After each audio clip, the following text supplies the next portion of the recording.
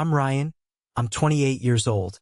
And on Thanksgiving Day, my own father screamed at me that paying his bills for 3 years didn't make me part of the family. Before I tell you about the phone call that exposed a secret that destroyed everything, let me know where you're watching from in the comments below. It's always incredible to see how far these stories travel. It all started on a Tuesday, a perfectly normal, crisp Boston afternoon. From my office on the 34th floor of the Beacon Financial Tower, I could see the Charles River glinting in the autumn sun, a silver ribbon cutting through the city. I just stepped out of the glass-walled conference room after a meeting with my boss, Jennifer, and the regional directors. For the last 2 months, I'd been leading a project analyzing risk in emerging green energy markets, a high-stakes portfolio that everyone else was too cautious to touch. I had lived and breathed that project. My report was the reason the firm was about to invest $100 million. Jennifer followed me back to her office. She wasn't just a boss. She was a mentor, a sharp, fair woman who had seen potential in me when I was just a nervous kid fresh out of college. She closed the door, a rare move, and leaned against her mahogany desk, a genuine, unforced smile on her face. The board didn't just love your projections, Ryan, she said, her voice warm with sincerity. They were blown away. You saw an angle no one else did. The promotion is official, effective immediately. Congratulations. You didn't just earn this. You redefined the position. A wave of relief so powerful it felt like a physical force washed over me. For 5 years, I had poured every ounce of my being into this job. The late nights fueled by stale coffee, the canceled plans with friends, the weekends spent staring at spreadsheets until the numbers blurred into abstract art. And now, finally, it had paid off. This wasn't just a title bump to senior analyst. It was a life-changing salary increase. This was the money that would finally let me escape the cycle of renting. This was, I can finally buy my own place money. A home. Something that was truly mine. The first person I called was my best friend, Ethan. We'd been roommates at Harvard, crammed into a tiny dorm room, fueled by ambition and cheap pizza. He knew my family's story better than anyone. You are now speaking to Beacon Financial's newest, and arguably most brilliant, senior analyst, I said, the grin in my voice impossible to hide. Get out of here. Ethan's voice boomed through the phone. Man, that's incredible. I knew you had it in you. We are celebrating tonight. I'm getting reservations at the Capitol Grill, top floor. My treat. I can actually afford it myself now. I laughed, and the words felt like liberation. For the first time, it felt completely real. While he was talking, I had already pulled up a real estate website on my second monitor, my eyes scanning listings for one-bedroom condos in Brookline. I had one bookmarked for weeks. It was on the 3rd floor of a classic brownstone, with a small iron balcony overlooking a quiet, tree-lined street. I could already picture myself out there on a summer evening, a cold beer in my hand, a feeling of peace I hadn't known since I was a child. It was my dream. As I was mentally arranging furniture in that dream condo, my phone buzzed with another call. The screen read, Mom. My stomach instantly clenched into a tight, familiar knot. It was an involuntary reflex, honed by years of practice. Hi, Mom, I said, forcing a lightness into my voice that I didn't feel. Ryan, sweetie, she began, her voice a carefully constructed blend of sweetness and fragility.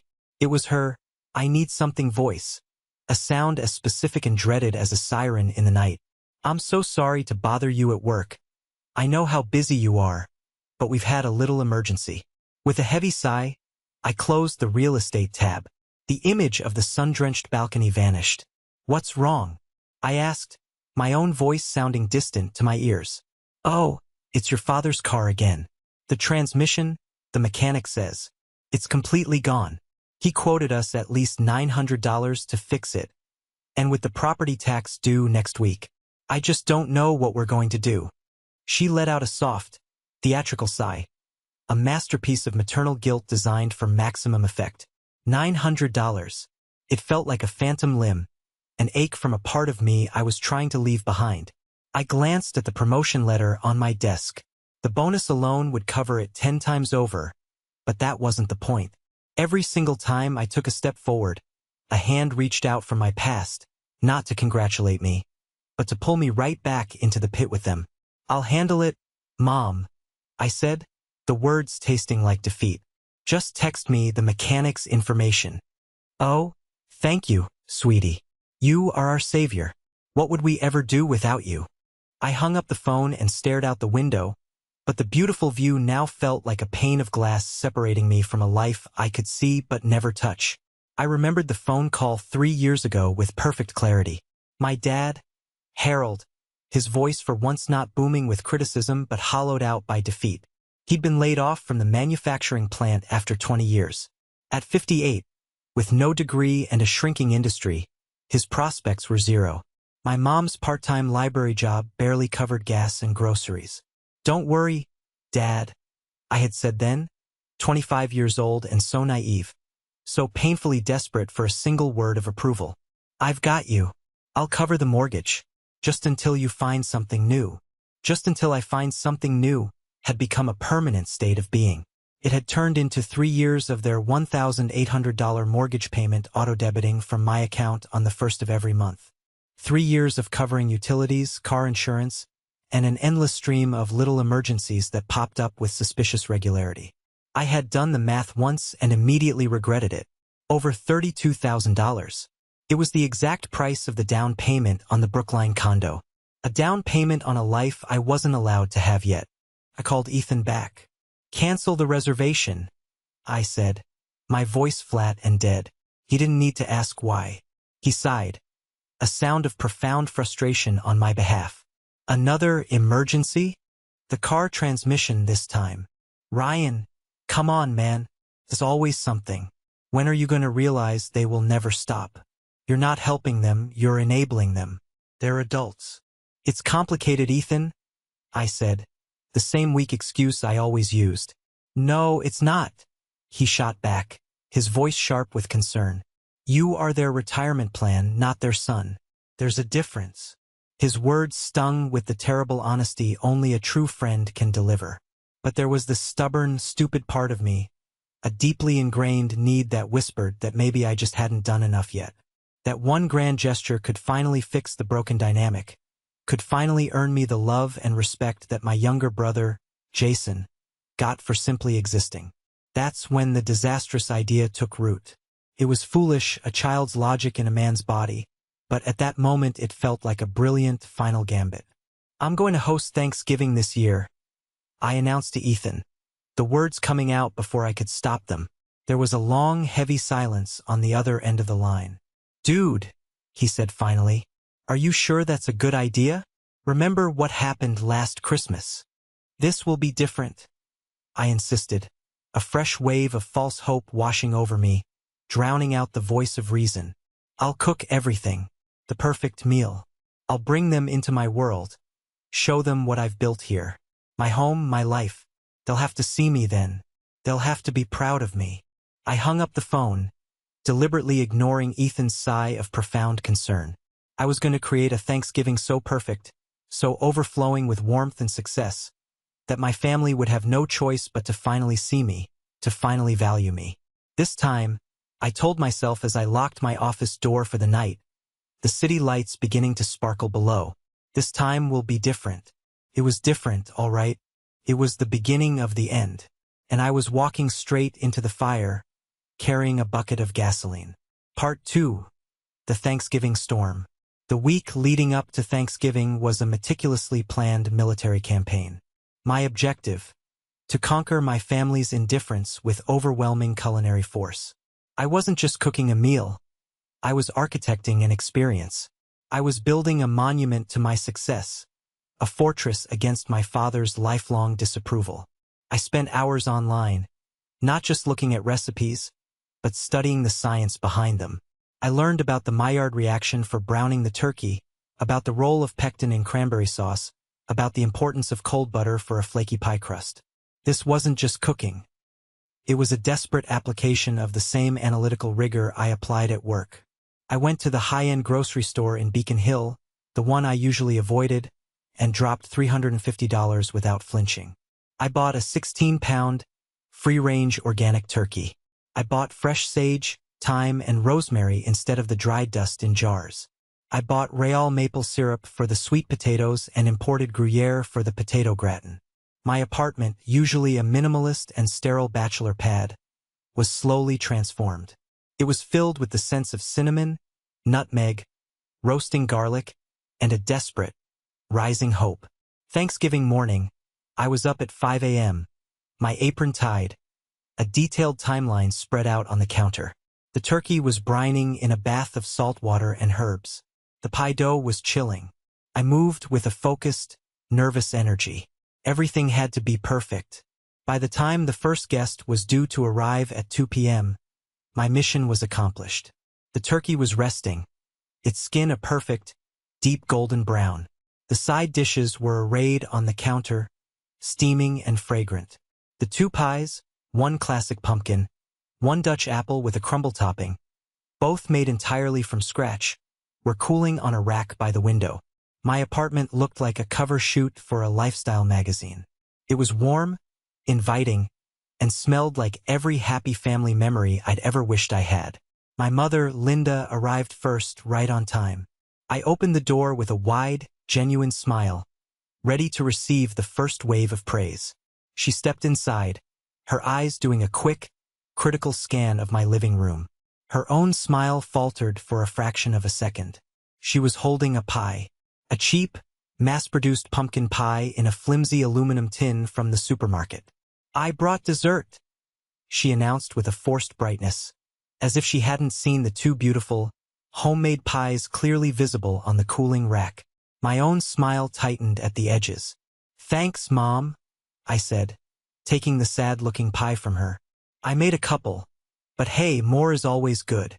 I placed it on the far end of the counter, a sad, pale cousin to my own creations. She walked into my dining area, where I had set the table with my best plates, the ones with the thin gold trim I'd bought for special occasions. She ran a finger over the rim of one. "Oh," she said, her voice laced with that familiar, gentle tone of disapproval she had perfected. "You used these plates, the fancy ones. Are you sure you can put these in the dishwasher, Ryan? That gold might come right off." "They're fine, Mom. It's a special occasion. I'll wash them by hand." She wasn't done. She wandered into the kitchen, peering at the magnificent turkey resting on the cutting board. "Are you sure that's cooked all the way through? It doesn't look as brown as mine usually gets. You did use a meat thermometer, didn't you?" Before I could formulate a polite response, the doorbell rang, saving me. It was my younger brother, Jason, and his new girlfriend, Megan. Jason, the golden child, the star quarterback, the effortless favorite, strolled in with a charming grin plastered on his face, hands in his pockets. He hadn't brought a thing. To hear my parents talk about his job as a sports equipment salesman in Chicago, you'd think he was personally advising the commissioner of the NFL. Megan, on the other hand, looked kind and a little nervous, clearly intimidated by the family she was meeting. She handed me a bouquet of autumn flowers. "Thank you so much for having us, Ryan. Your place is beautiful, and something smells absolutely amazing." "Thanks, Megan. I'm really glad you could make it," I said, and my gratitude for her simple, human courtesy was immense. My mother immediately swooped in, bypassing me and Megan completely to pull Jason into a tight, theatrical hug. "Jason, honey, you look so handsome. Chicago must be treating you well. Tell me everything." She barely glanced at Megan or the flowers I was now holding awkwardly. Finally, my father, Harold, arrived. He was a big man and he filled the doorway. He was holding a six-pack of cheap, generic brand lager. I had specifically bought a case of a hoppy, expensive craft IPA that I knew Jason loved, and it was chilling in the fridge. My dad saw it when he opened the fridge door to shove his own beer inside. He just grunted, a sound of supreme dismissal he'd perfected over 28 years of being my father. We all sat down to eat. The table was laden with food, a vibrant, steaming testament to my days of effort.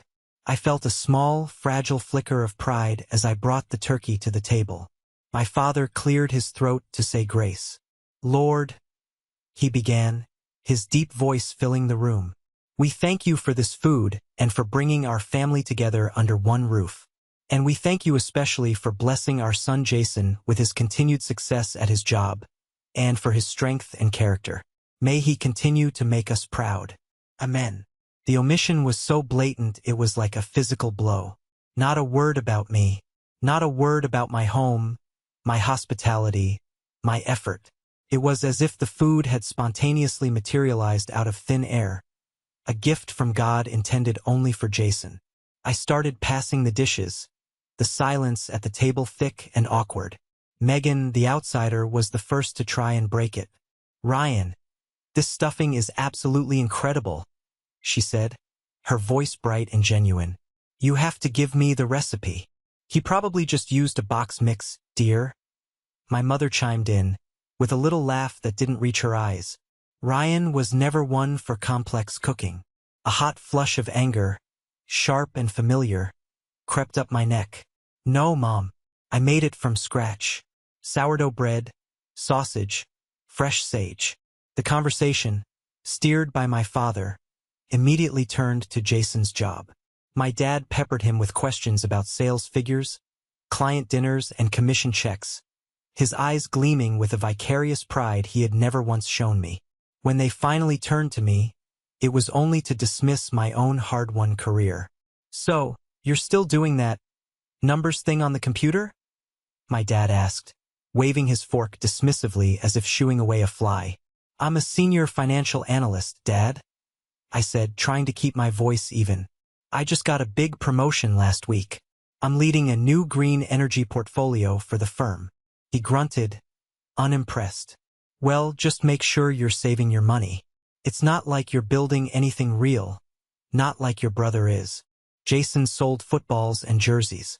I managed multimillion-dollar investment portfolios that helped build actual green energy infrastructure. The irony was so staggering it was almost funny. The final straw, the one that broke the back of my lifelong endurance, came when my dad, emboldened by his third cheap beer, decided to bring up the one topic I had prayed he would avoid. "Speaking of money," he said, his voice a little too loud, catching everyone's attention. "I hope you aren't complaining to your fancy friends about having to help out your old man. It's a son's duty to take care of his parents. It's what family does." My fork clattered onto my plate. I stared at him, my blood running cold. For 3 years, I had never once mentioned the money to them. I had never held it over their heads. I had paid every single bill silently, hoping my actions, my sacrifice, would speak for themselves. "I have never complained," I said, my voice dangerously quiet. "I was happy to help." "Happy to help?" he scoffed, a cruel smirk playing on his lips. "It sounds to me like you think you bought a seat at this table. It sounds like you think that money of yours makes you important." This was it. The culmination of a lifetime of being second best, of being the convenient ATM, of being the son who was useful but never cherished. I could see Jason shifting uncomfortably in his seat, his gaze fixed on his plate. Even he knew this was a line that shouldn't be crossed. Megan looked horrified, her eyes wide as she glanced nervously between me and my father. My mother, sensing the shift in the room, immediately jumped in to reinforce her husband, as she always did. "Ryan, your father didn't mean it like that," she said soothingly. "You're just so sensitive about these things. You always have been." And then my father stood up. His chair scraped loudly against the floor. His face was flushed red with anger and cheap beer. He pointed a trembling, accusatory finger at me, his voice booming through my small apartment, rattling the very plates I had so carefully chosen. "Get out!" he roared. I just stared at him, bewildered. "Dad, this is my apartment. I don't care. You come in here, with your fancy apartment and your fancy Harvard degree, and you look down on us. Well, get out. Paying bills doesn't make you family." The words hit me with the force of a physical blow. A lifetime of trying, a lifetime of hoping, a lifetime of quietly swallowing my pride, all shattered in a single brutal sentence. Then my mother, the quiet manipulator, delivered the killing blow. She leaned towards me across the table, her voice a venomous whisper that was somehow louder and more piercing than my father's shouting. "You're just jealous of your brother," she hissed, her eyes cold and hard. "He knows how to be part of this family without turning everything into a business transaction." And in that instant, something inside me didn't just break. It vaporized. The needy little boy who lived inside the 28-year-old man, the boy who had spent his entire life just trying to earn a pat on the head from his father, he just died. He turned to dust and blew away. In his place was a cold, quiet calm, an absolute and terrifying peace. I stood up slowly, my movements fluid and deliberate. I looked at my father's furious, bloated face. I looked at my mother's smug, triumphant sneer. And I looked at my brother's conflicted cowardice. And for the first time in my entire life, I didn't feel hurt or anger. I felt nothing at all. I felt free. I smiled. A real, genuine, serene smile. "You're right," I said, my voice perfectly level, the sound of it surprising even myself. "Let's not make it a transaction anymore." I turned my calm gaze to Jason. "The mortgage is $1,800 a month. The utilities, car insurance, and miscellaneous expenses average around $900. That comes out to $32,400 a year. Since you know how to be a real part of this family, I'm sure you won't have a problem taking over those payments. Consider it a promotion. The sponsorship from the Bank of Ryan is officially terminated, effective immediately." The silence that followed was absolute, a perfect void. My dad's jaw, which had been hanging open, snapped shut. My mom's face went from smug to pale to horrified in the space of 3 seconds. Jason looked like he'd been punched in the stomach, all the air rushing out of him. "Get out of my apartment," I said, my voice no longer quiet, but filled with a chilling authority they had never heard from me before. "All of you, now." They scrambled to their feet, a clumsy, panicked ballet of shock and indignation. My father muttered something incoherent under his breath. My mother grabbed her purse, refusing to meet my eyes. Jason just stared at me, his mouth opening and closing like a fish. As they shuffled out the door in a cloud of disgrace, only one person paused. Megan turned back, her eyes full of a sympathy that felt more real and more valuable than any love my family had ever shown me. "I am so sorry, Ryan," she whispered, her voice trembling slightly. "For what it's worth, you deserved so much better than this." Then she was gone. The door clicked shut, plunging the room into silence. I was left alone in the wreckage of my Thanksgiving feast. The rich smell of roasted turkey and shattered dreams hung heavy in the air. I stood there for a long time, just listening to the silence. It was the loudest, most beautiful sound I had ever heard. Part 3, the Liberation Campaign. For a few long minutes, I didn't move. I just stood in the middle of my living room, surveying the scene of the disaster. The half-eaten plates of perfectly cooked food now looked like garbage. The abandoned wine glasses, the store-bought pie sitting in shameful isolation, my father's half-empty bottle of cheap beer standing like a cheap tombstone on my granite countertop. It should have felt tragic. I should have felt an overwhelming wave of loneliness. But I didn't. Instead, a strange and powerful sense of clarity washed over me. It was the chilling, ozone-scented calm that follows a lightning strike. The storm had finally, definitively passed, and I was still standing. The house of cards I had been trying to hold up for years had collapsed, and I was relieved. I didn't drive aimlessly into the night. I didn't punch a wall. The emotional, needy Ryan who so desperately craved their approval was gone, dead on the floor of his own dining room. In his place was Ryan Morgan, senior financial analyst, a man who solved complex, multi-million-dollar problems for a living. And this was just the biggest, most personal, and most important problem he'd ever had to solve. My first call wasn't to Ethan to vent and seek validation. My first call was to my lawyer, Michael Stevens. It was 8 p.m. on Thanksgiving evening, but I knew from working with him on a few small investment matters that he was the kind of lawyer who was always on, always connected. "Michael, it's Ryan Morgan. My apologies for calling on a holiday." "No problem at all, Ryan. Everything okay?" His voice was sharp, professional, instantly cutting through the emotional fog. I need to schedule an urgent meeting first thing in the morning. It's regarding a complete and immediate financial separation from my parents. There was a brief, professional pause on the other end. Understood, he said, his voice devoid of judgment or surprise. He'd seen it all. My office, 9 a.m. Does that work for you? Perfect, I said. I'll be there. After hanging up, I bypassed the living room battlefield and went straight to my home office. I opened my laptop.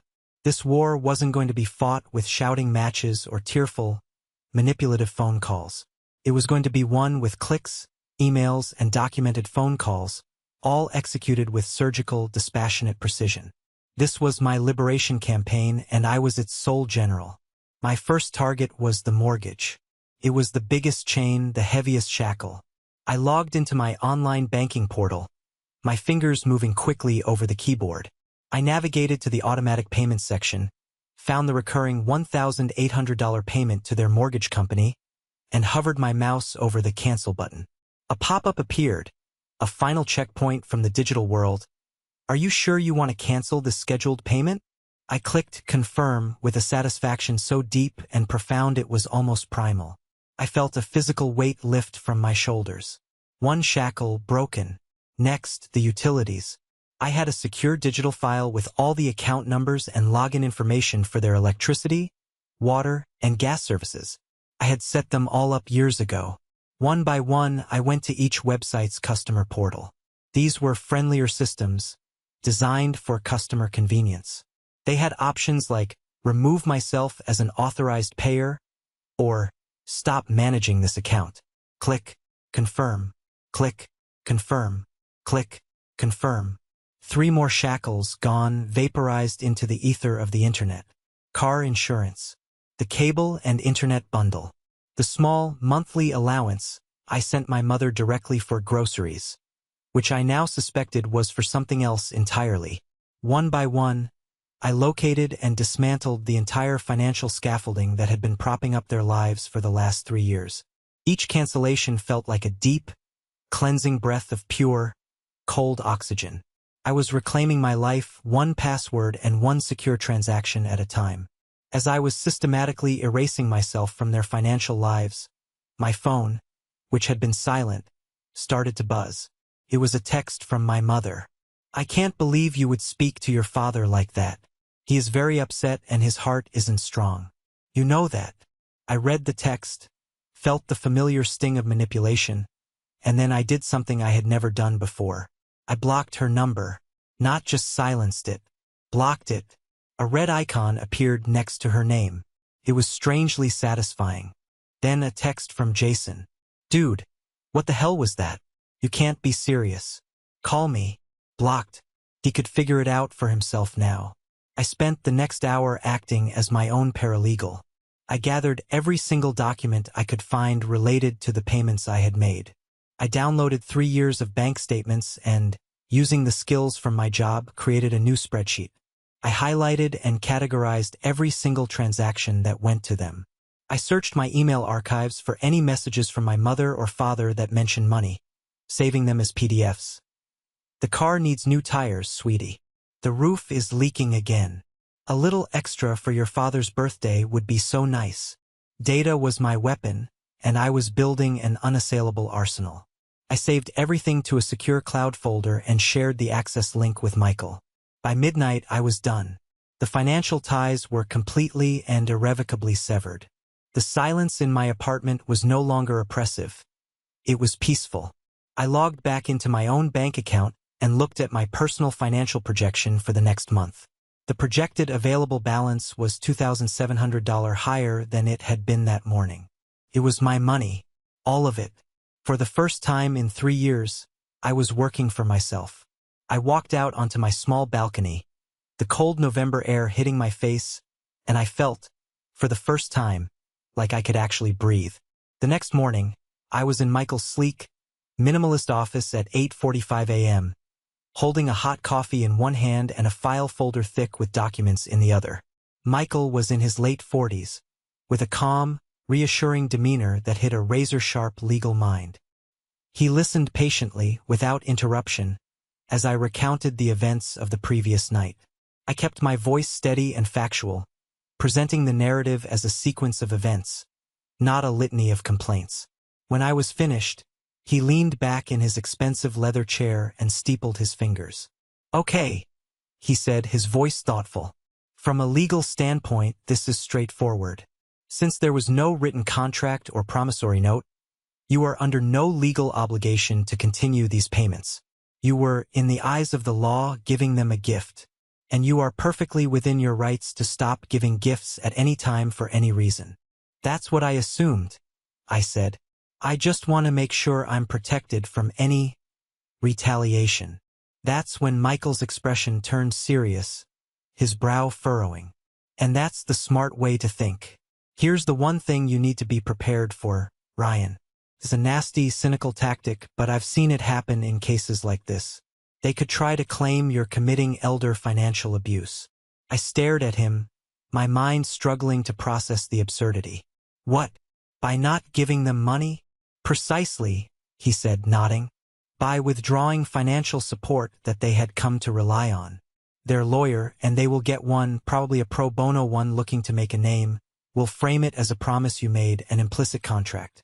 They'll say you intentionally manipulated them into a position of absolute dependence and then maliciously pulled the rug out from under them, leaving them destitute. It's usually a baseless claim, but it can get very messy, very public, and very expensive to defend." A cold dread trickled down my spine, a fear I hadn't anticipated. "So what do?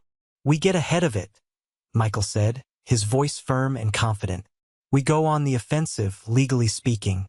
We need to build a case that proves that your decision to cut them off was not malicious, but a reasonable and necessary response to an untenable situation. More than that, we need to conduct a full, professional-grade audit of where every single dollar of your money actually went. We need to account for every cent. If there's anything out of the ordinary, anything they haven't been transparent about, it will completely discredit their potential claims and strengthen your position immensely." He was right. This was no longer just about protecting myself legally. It was about uncovering the absolute truth. It was about knowing, for my own sanity, what I had actually been paying for all these years. The lies had to stop, and data was the only way to stop them. "I'll do it," I said, my voice filled with a new, grim determination. "I'll conduct the audit myself. Tonight." Michael nodded, a flicker of approval in his eyes. "Good. It's better coming from you. You know what to look for. Be meticulous. Be ruthless. Treat it like you're auditing a hostile company." I left his office with a new, clear mission. This was no longer just about cutting ties. It was about a forensic accounting of my own life. I went back to my apartment, not my office, and set up a workstation at my dining room table, the site of the previous night's battle.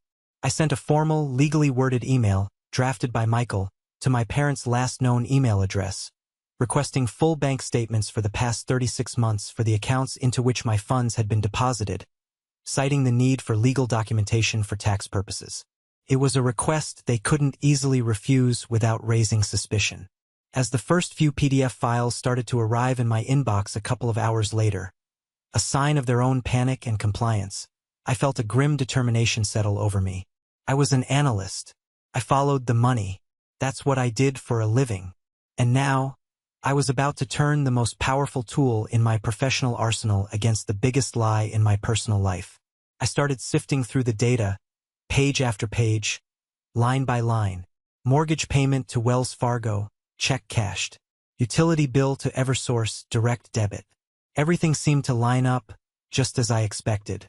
But then, about an hour into the deep dive, I started noticing the anomalies. The red flags.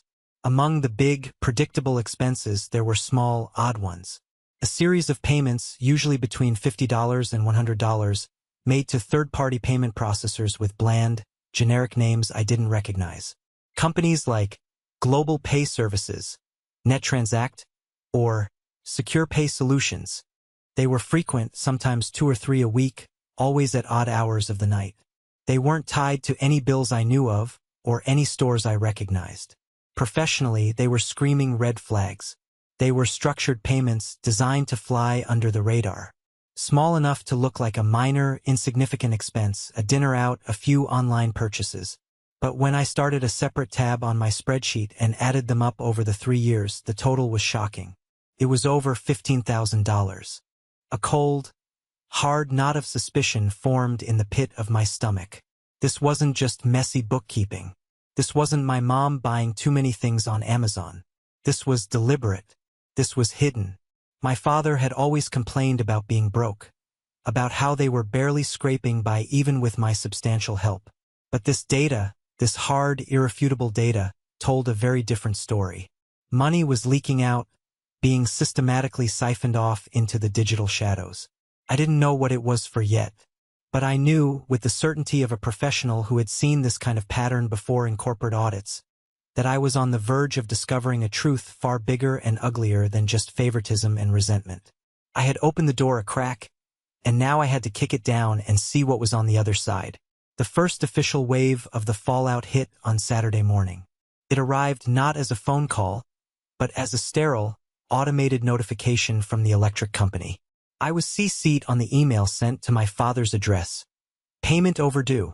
Your service is at risk of being disconnected. That email was the starting gun for a full-scale emotional assault. My phone, which had been blissfully quiet, erupted into a frantic symphony of buzzing and ringing. It was a clearly coordinated attack, a pincer movement of guilt and rage. First, my mother. Her number was blocked, but her voicemails still came through. Her voice was a quavering, theatrical performance of a woman on the verge of collapse. Ryan, it's your mother. The power company just sent a final warning. What did you do? Are you really doing this to us? A few minutes later, another one. I can't believe you would be so cruel. Your father and I have no money. Our lights are going to be shut off. Do you want us to freeze? And the crescendo. My blood pressure is through the roof. I feel faint. The doctor said any significant stress is very bad for my condition. Are you trying to kill your own mother over a little argument? Then my father. He didn't text. He didn't leave pleading voicemails. He left one single message, and it was pure, distilled rage. You little snake. His voice crackled with a fury that was almost inhuman. You think you can just turn off our lights from your high and mighty tower? You have no idea what you've just started. You will live to regret this day. I calmly saved the voicemail and forwarded the audio file to Michael with the subject line, Documentation. The attack wasn't limited to my parents. The flying monkeys were deployed. My Aunt Susan, my mother's sister, sent a blistering text message. I just got off the phone with your mother, who is hysterical. I cannot believe you would treat your own parents this way after everything they have done for you. They sacrificed so you could go to that fancy school. You are a disgrace to this family. You have broken your mother's heart. I read it, took a screenshot and sent it to Michael. More documentation. The narrative they were building was clear. I was the ungrateful, cruel son, and they were the loving, sacrificial victims. Jason was the last to engage. His texts were more confused than angry, a sign that he was caught in the middle, his entire worldview starting to crumble. Mom just called me crying hysterically. Did you really cut them off from everything? You need to call me. We need to talk about this. I ignored them all. I was deep inside my audit, and the picture that was emerging was getting darker and more disturbing with every transaction I analyzed. The small, strange payments were a constant, steady drain on the account. They were the financial equivalent of a slow, secret hemorrhage. I started doing deep dive research on the processor names. Most were ghost companies, registered to P.O. boxes in Delaware. But a few of the larger ones, the ones that process thousands of dollars over time, trace back to servers and corporate registrations in Malta, Gibraltar, and Curaçao, notorious hubs for one specific, loosely regulated industry. The world outside my apartment continued to unravel. On Monday morning, I decided I had to go into the office. I craved the normalcy, the structure, the feeling of being competent and in control. I was walking through the soaring, marble-floored lobby of my building when my phone rang. It was the front desk security console. Mr. Morgan? Good morning. There's a Harold Morgan down here requesting to see you. He does not have an appointment and is not on the visitor list. My blood went cold. He had brought the fight to my territory. Do not let him up under any circumstances, I said, my voice low and firm. We have already informed him of that, sir. He's causing a bit of a scene. I walked over to the main security station, where a guard was watching the monitors. I looked at the screen for Lobby C, and there he was, my father. His face was blotchy and red with fury, and he was yelling at a large security guard who looked profoundly bored. He looked small and pathetic and utterly out of place under the 30-foot ceilings and among the men and women in their expensive suits. He spotted me on the other side of the security gates, and his eyes narrowed into slits of pure hatred. He pulled out his phone. A second later, my pocket buzzed with his number. I answered, my voice ice cold.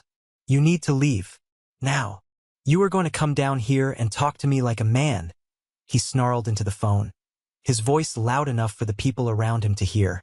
Or I will stand here all day and I will tell every single person who comes through that door what a worthless, ungrateful piece of trash son you are. Suddenly, I felt a calm, firm hand on my shoulder. It was my boss, Jennifer. She had clearly seen the commotion from the elevator bank. She looked at my pale, tense face, then at the dramatic scene unfolding on the security monitor. Is that your father, Ryan? She asked, her voice calm and even, betraying no shock. I could only nod, my jaw tight with a profound, burning humiliation. She didn't miss a beat.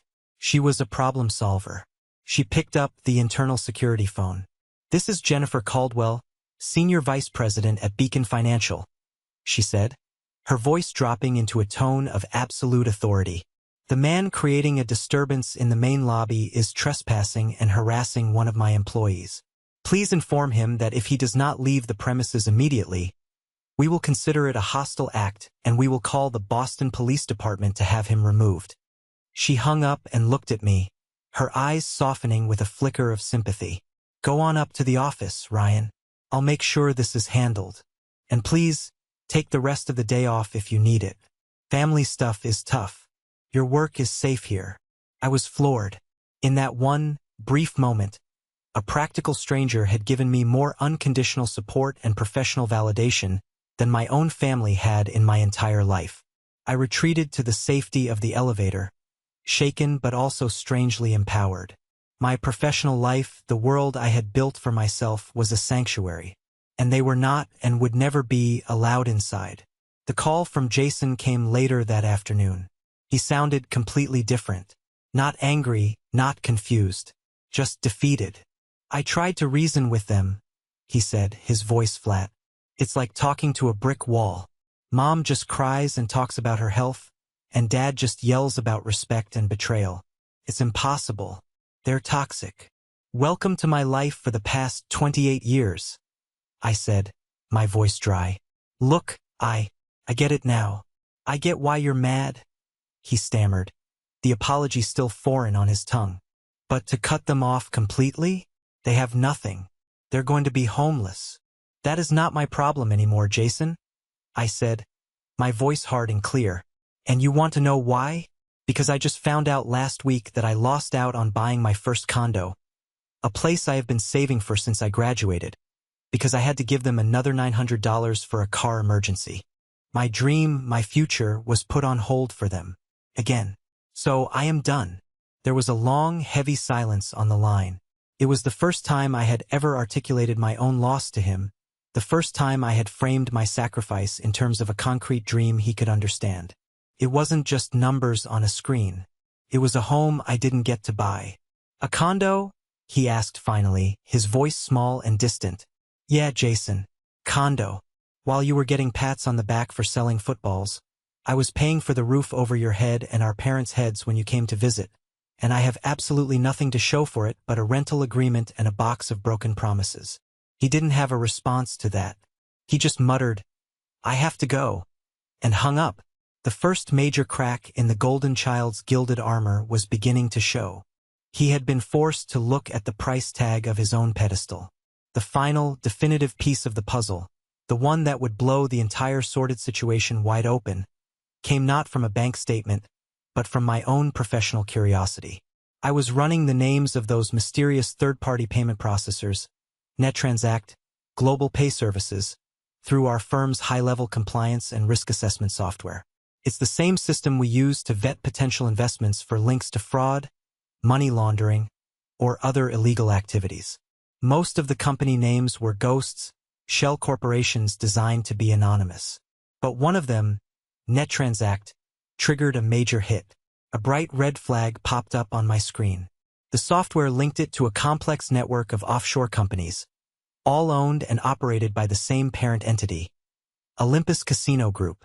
Olympus Casino, an online gambling site. My heart started hammering against my ribs so hard I thought it would break through. My hands trembled as I typed the casino's name into my browser. The homepage loaded instantly, a gaudy, flashing explosion of spinning slot machines, poker tables, and promises of life-changing jackpots. And there, at the very bottom of the page in the small print, was a list of their approved payment partners. NetTransact was the second one on the list. It all clicked into place with a sickening finality. The secrecy, the small, regular payments designed to avoid detection, the constant, desperate, insatiable need for more money, no matter how much I sent. It wasn't just bad financial management. It wasn't just a string of unfortunate emergencies. It was a ravenous, hidden addiction. My father, the man who lectured me about responsibility and hard work, who criticized my desk job as not being real, had been taking the money I earned through years of discipline and sacrifice, and he had been feeding it into digital slot machines and online poker tables. I felt a wave of nausea so intense I had to grip the edge of my desk. This was a betrayal on a scale I couldn't have possibly imagined. He hadn't just taken my money. He had taken my sacrifice, my goodwill, my filial duty, my desperate desire to help, and he had fed it, piece by piece, into a machine designed to take everything and give absolutely nothing back. I leaned back in my chair, the truth of it all settling over me like a concrete shroud. The game was bigger, uglier, and more pathetic than I ever knew. And I finally had the winning hand.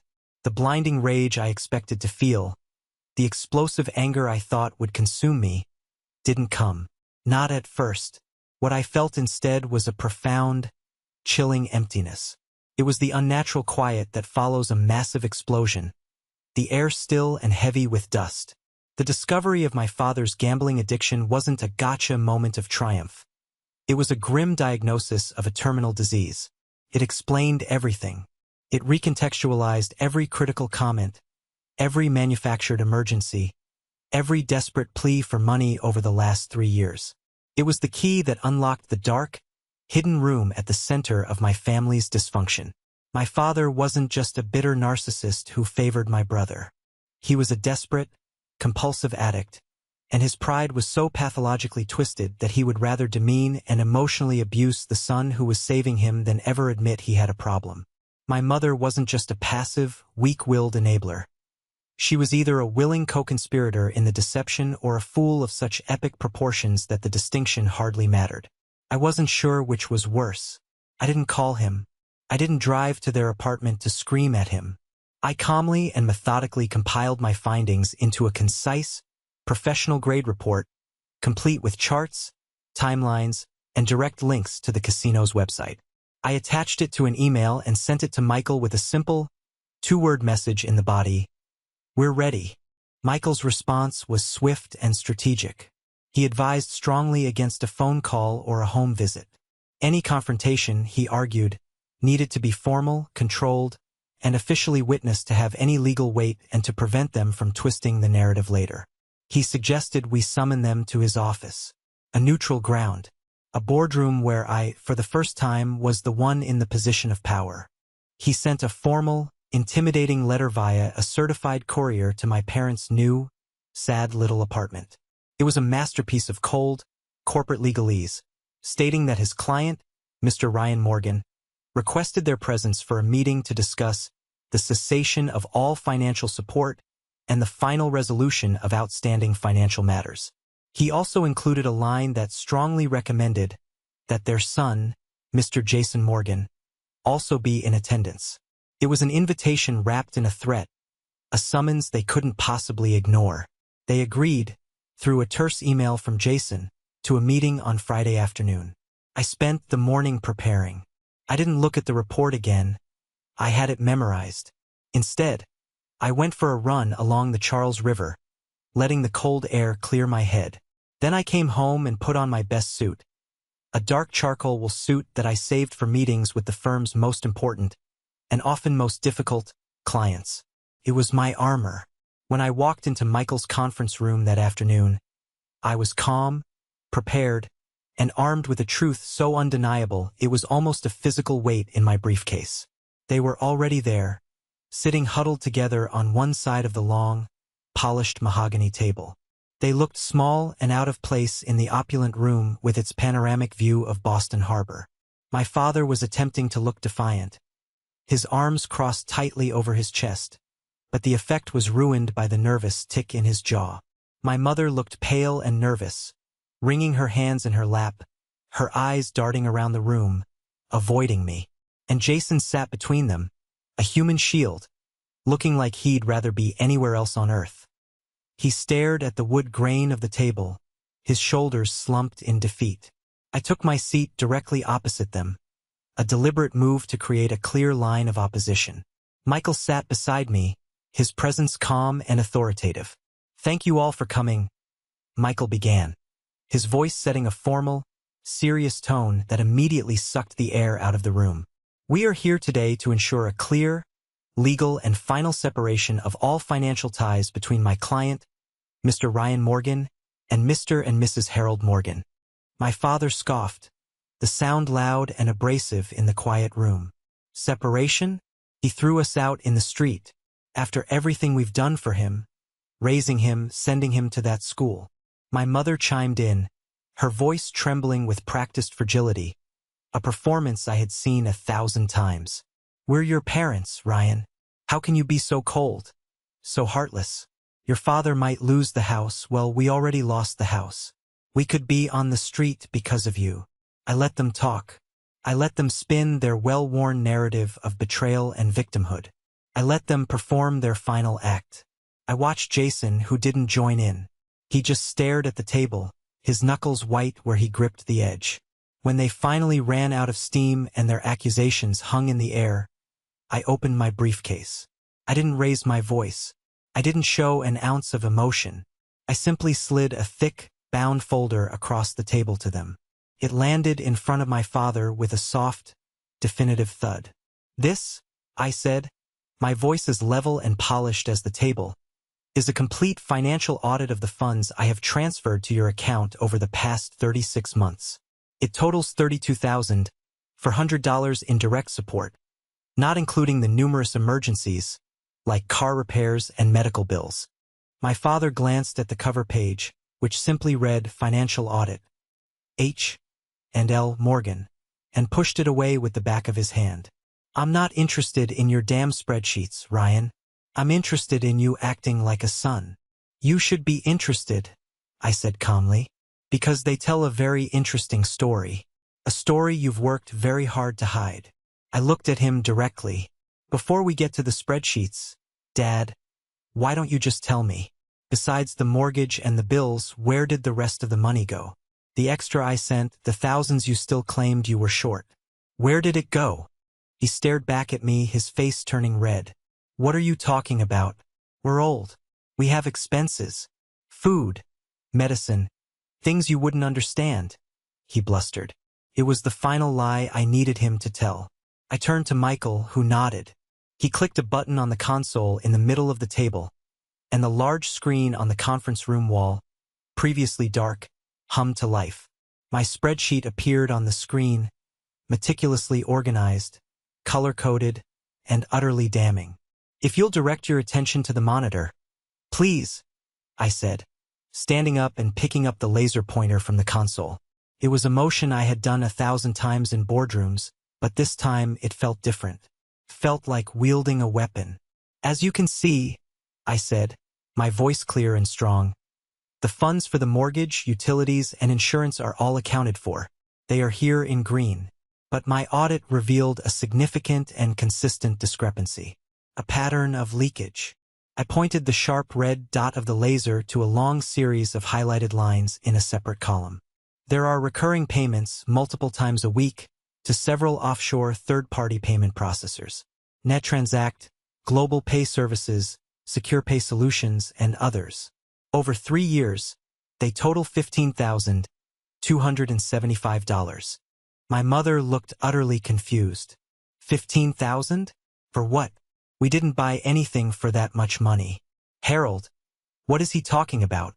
She turned to my father, her voice filled with genuine bewilderment. I didn't give him a chance to answer. I moved the laser pointer to the top of the screen, where I had placed a large, high-resolution image of the logo I had pulled from the internet. The gaudy, gold and black logo of Olympus Casino. These companies, I said, my voice cutting through the silence like a scalpel, are registered payment funnels for this. An international online gambling site. The air left the room. It was a physical thing, a sudden, crushing vacuum. My mother's hand flew to her mouth, her eyes wide with a dawning, sickening horror as she looked at her husband. Jason jerked his head up, his eyes snapping from the screen to his father's face, his expression a mask of pure disbelief and raw disgust. And my father, he just deflated, like a punctured tire. The color drained from his face, leaving it a pasty, sickly gray. The defiance, the anger, the bluster. It all vanished in an instant, leaving behind a hollow, terrified old man. He stared at the screen, at the undeniable, documented proof of his secret life, and for the first time since I was a small child, he had absolutely nothing to say. He was exposed utterly and completely, not just in front of the son he had belittled, but in front of the golden child he had worshipped and the wife he had deceived. He opened his mouth, but no sound came out. A strange, strangled, gulping noise escaped his throat, and then his broad shoulders began to shake uncontrollably. He buried his face in his hands, and a dry, racking sob, the sound of a man completely broken, echoed in the sterile, silent conference room. It was over. The lies, the manipulation, the years of emotional abuse, all brought down by a spreadsheet and a laser pointer. I felt no triumph. I felt no joy. I just felt the profound, aching sadness of a truth that was uglier than I could have ever imagined. I looked at Michael, who gave me a slight, imperceptible nod. The meeting was concluded. I picked up my briefcase, my movements crisp and efficient. Michael will be in touch with your legal counsel regarding any further proceedings. I said to no one in particular, my voice a flat monotone. I believe we are done here. I walked out of the room without looking back, leaving the ruins of my family to echo in the crushing silence behind me. The days immediately following the meeting were defined by a profound and unnerving silence. The angry voicemails, the manipulative texts, the accusations from extended family, they all stopped. It was as if the brutal, undeniable truth revealed in that conference room had acted like a powerful herbicide, killing the roots of their deception and leaving nothing but barren ground. I didn't hear from my parents, and I had no desire to reach out. There was absolutely nothing left to say. The first person I heard from was Jason, about a week later. He called, and his voice was almost unrecognizable. It was subdued, stripped of its usual easy, charming confidence. It was the voice of someone who had been humbled. "Hey," he said, the words sounding small and hesitant. "Hey." There was a long pause. I could hear him take a deep breath on the other end. I just wanted to say that I'm sorry," he mumbled. The words sounded foreign on his tongue, like he was speaking a language he had never learned. "And I don't mean sorry for them. I mean, I'm sorry. For me. For being so damn stupid. For never seeing it. For never wanting to see it." "It's okay, Jason," I said, and to my own surprise, I realized I meant it. He was a product of the same broken, toxic system I was. He just happened to have the winning lottery ticket. He had been conditioned for his role just as I had been for mine. "No, man, it's not okay," he insisted, his voice gaining a bit of energy from his own self-flagellation. "But I get it now. I'm living it. I had to co-sign a lease for them on this crappy, depressing one-bedroom apartment over in Revere. I'm paying for it out of my own savings. And it's hell, Ryan. It's a living hell. Every single day, it's mom crying about how her life is ruined and how could he do this to her. Or it's dad just sitting in the dark, staring at the wall, not talking to anyone. And they're both looking at me. They're looking at me to fix it all. And I have no idea how. I could hear the raw exhaustion and the rising panic in his voice. The golden child was finally feeling the true weight of his crown, and he was discovering it was made of lead. "Now you know," I said softly, without any hint of "I told you so." "Yeah," he said, his voice cracking a little with the weight of it all. "Now I know." That phone call was the beginning of a new, tentative relationship between us. He started calling me regularly, not for money, but for advice. How do you deal with mom when she starts crying to get her way? What do I say when dad accuses me of judging him? For the first time, we weren't the golden child and the scapegoat. We were just brothers, two guys trying to navigate the toxic wreckage of our upbringing. I also added a new scene here. A few weeks later, Jason called me, his voice tight with a fresh layer of anger. "I asked her," he said, without any preamble. "I asked mom if she knew about the gambling." There was a pause. She tried to deny it at first, swore up and down she had no idea. But I pushed her, Ryan. I really pushed her. And she finally admitted it. She knew. Maybe not how bad it was, but she knew he was playing games online. She knew money was disappearing, and she helped him cover it up. She helped him lie to me, to everyone, to you. The betrayal in his voice was raw. The realization that the victim narrative his mother had so carefully crafted was just another lie had shattered the last of his illusions. It was a brutal but necessary awakening for him. As for me, I began the slow, difficult process of healing. I took Michael's advice from that first day and booked an appointment with a therapist he recommended, a no-nonsense woman in her 50s named Dr. Collins. In our first session, she listened to my whole story, and when I was done, she looked at me and said something that stuck with me. "Ryan, you've spent your entire life auditioning for a role in a play that was never going to cast you. The most powerful thing you've done is walk off the stage." She helped me unpack the years of emotional baggage, the ingrained guilt, the desperate need for my father's approval. She helped me see that it was a cage I had helped build around myself, and I was the only one who held the key. With the money I was no longer pouring into the black hole of my parents' addiction and deception, I started investing in myself. I didn't buy the condo right away. The idea of a mortgage, of being tied down, still felt too heavy. Instead, on the advice of Dr. Collins, I did something radical. I took a trip, a real one. I used my saved-up vacation time and flew to Italy for 2 weeks. I walked through the ancient ruins of Rome, feeling a sense of history that dwarfed my own small problems. I ate fresh pasta in a tiny trattoria in Florence and drank wine that tasted like the sun. I hiked the breathtaking trails of Cinque Terre, staring at the impossible blue of the Ligurian Sea. I did it all by myself. It was the first time in my entire adult life that I had done something purely for my own joy, with no one else's needs or wants or emergencies attached. And in that beautiful solitude, I started to feel like myself again. When I came back to Boston, I felt renewed, lighter. I rejoined the financial literacy volunteer program I had been part of before my family's problems had consumed every spare moment of my life. We helped young adults who were aging out of the foster care system learn how to budget, how to save, and how to build credit. It felt good, meaningful, to use my professional skills to empower people who, like me in a way, didn't have a family safety net to fall back on. It was there that I met Alex. She was another volunteer, a freelance graphic designer with a quick, easy smile and a laugh that made you want to laugh along with her, even if you didn't know the joke. We bonded one Saturday afternoon over our shared frustration with the predatory practices of credit card companies and our mutual love for a local independent coffee shop. Our conversations were easy, flowing, and full of mutual respect. She was interested in my thoughts on film, my terrible attempts at cooking, my passion for my work. She never once asked me what I could do for her. She was just genuinely interested in who I was. It was a new and wonderful and slightly terrifying feeling. We started with coffee after volunteering, which turned into dinner the next week, which turned into a comfortable, happy routine. One brisk Saturday, about 6 months after that fateful Thanksgiving, I was leaving the volunteer center with Alex, laughing about something silly, when I saw a familiar figure waiting hesitantly across the street. It was my father. He looked a decade older.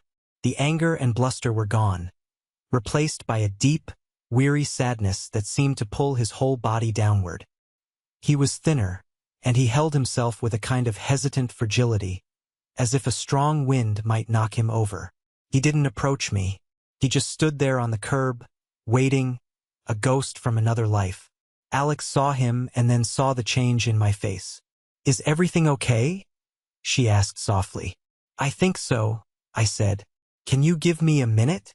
She squeezed my hand and nodded, stepping back to give me space.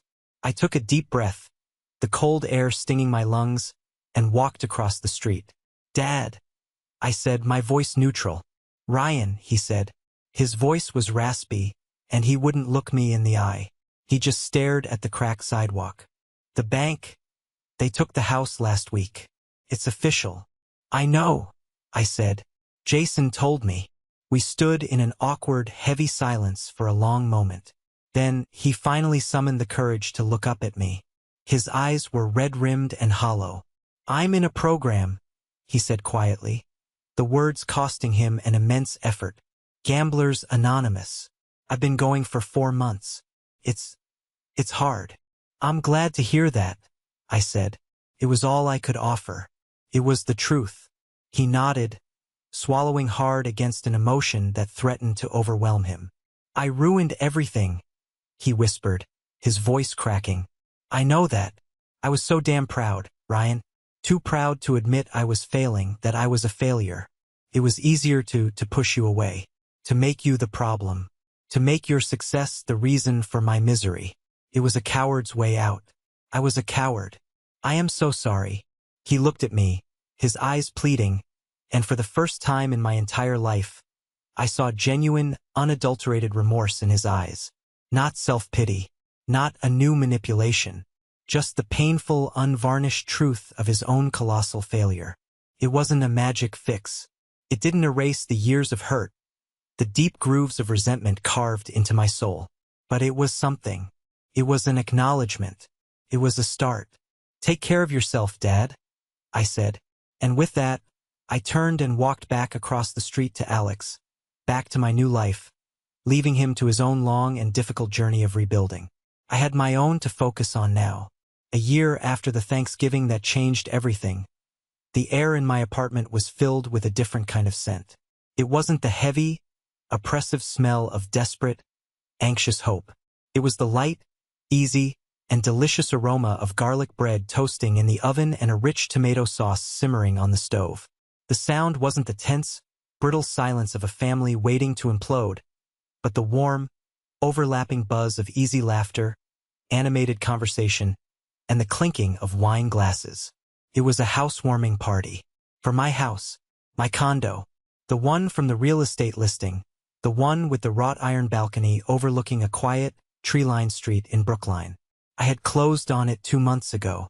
Every piece of furniture, every book on the shelves, every picture on the walls was something I had chosen, something I had earned.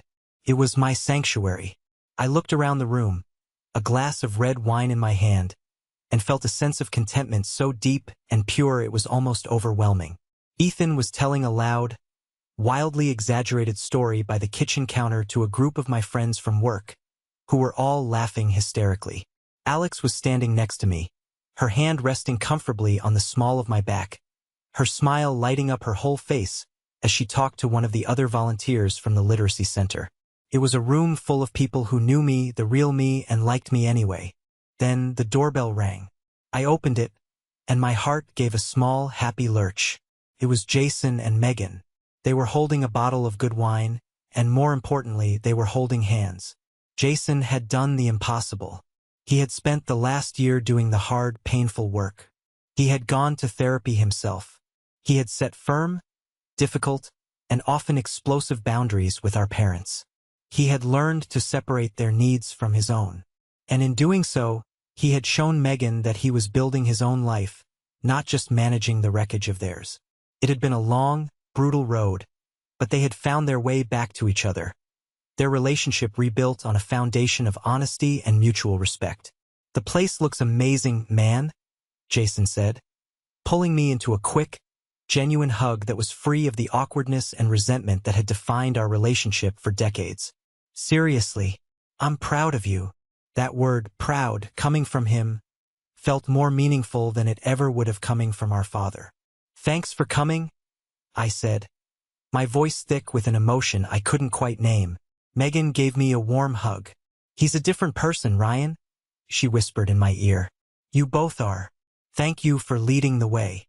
Later that evening, I stood out on my balcony, the cool night air on my face, watching the happy chaos of my life unfold through the glass door. Alex came out and joined me, handing me a fresh glass of wine. "Happy?" she asked, her head resting on my shoulder. "More than I ever thought I could be," I said, and it was the truest thing I had ever said. I thought about the $32,000. For a long time after the confrontation, I had seen it as the cost of my family's betrayal, a debt of pain and deceit that I would never get back, an investment with zero return. But standing there in my own home, a home I had earned twice over, surrounded by people who saw me, who valued me for who I was, not for what I could provide, I realized I had been looking at it all wrong. It wasn't a loss. It was the most important and ultimately most profitable investment I had ever made. It was the price I had to pay to buy my own life back. It was the cost of my freedom. And standing there, with the city lights twinkling before me and the warmth of a good woman beside me, I knew, with every fiber of my being, that it was worth every single cent. I took a sip of wine, the future feeling as clear and bright as the stars above, and for the first time in a long, long time, I felt truly, completely, and peacefully at home. Thank you for listening to my story. I hope it resonated with you in some way. Have you ever been in a situation where you had to make a drastic, painful choice to reclaim your own peace and your own future? I'd be honored to read your experiences. Please share your story in the comments below, and don't forget to like and subscribe so you don't miss what's next.